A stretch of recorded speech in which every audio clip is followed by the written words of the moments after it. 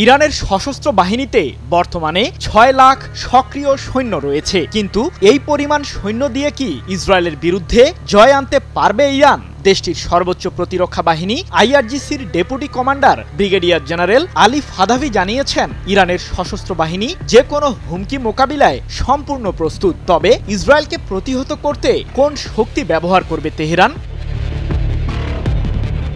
ইরানের সামরিক শক্তি সম্পর্কে কিছুটা উপহাস করেছিল ইসরায়েল। তেহরানকে মাটিতে মিশিয়ে দেওয়ার ষড়যন্ত্র করেছিল ইহুদিবাদী সরকার। কিন্তু ইরানের সশস্ত্র বাহিনীর দক্ষতা আর দেশটির ক্ষেপণাস্ত্রের ক্ষমতার সামনে তুলোধুনো হয় ইসরায়েল। সাম্প্রতিক ১২ দিনের যুদ্ধে সে বিষয়টি হাড়ে হাড়ে টের পেয়েছেন ইসরায়েলের প্রধানমন্ত্রী বেনিয়ামিন নেতানিয়াহু।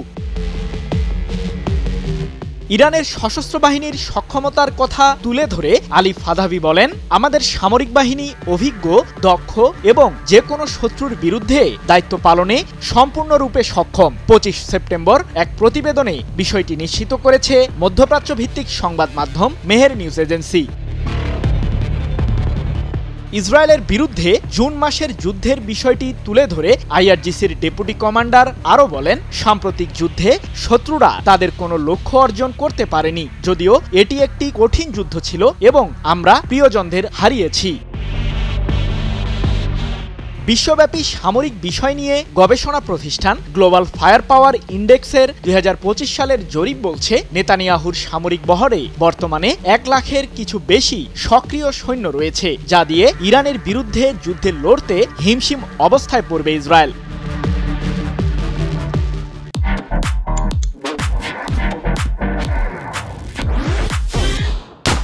কিন্তু ইসরায়েল তার আগ্রাসন চালিয়ে যেতে যে শুধুমাত্র নিজ দেশের সশস্ত্র বাহিনীর উপর নির্ভরশীল নয়, তার বাস্তব উদাহরণ ফিলিস্তিনের গাজা উপত্যকায় নেতানিয়াহুর নির্মম গণহত্যা। এক্ষেত্রে মার্কিন প্রশাসন ইসরায়েলকে অর্থ এবং সমরাস্ত্র দিয়ে সহায়তা করছে। তবে ইরানের বিপক্ষে ভবিষ্যৎ যুদ্ধে কতটা দক্ষতা দেখাতে পারবে ইসরায়েলি বাহিনী, সে প্রশ্ন থেকেই যায়। সৃজন মাহমুদ, নিউজ 24।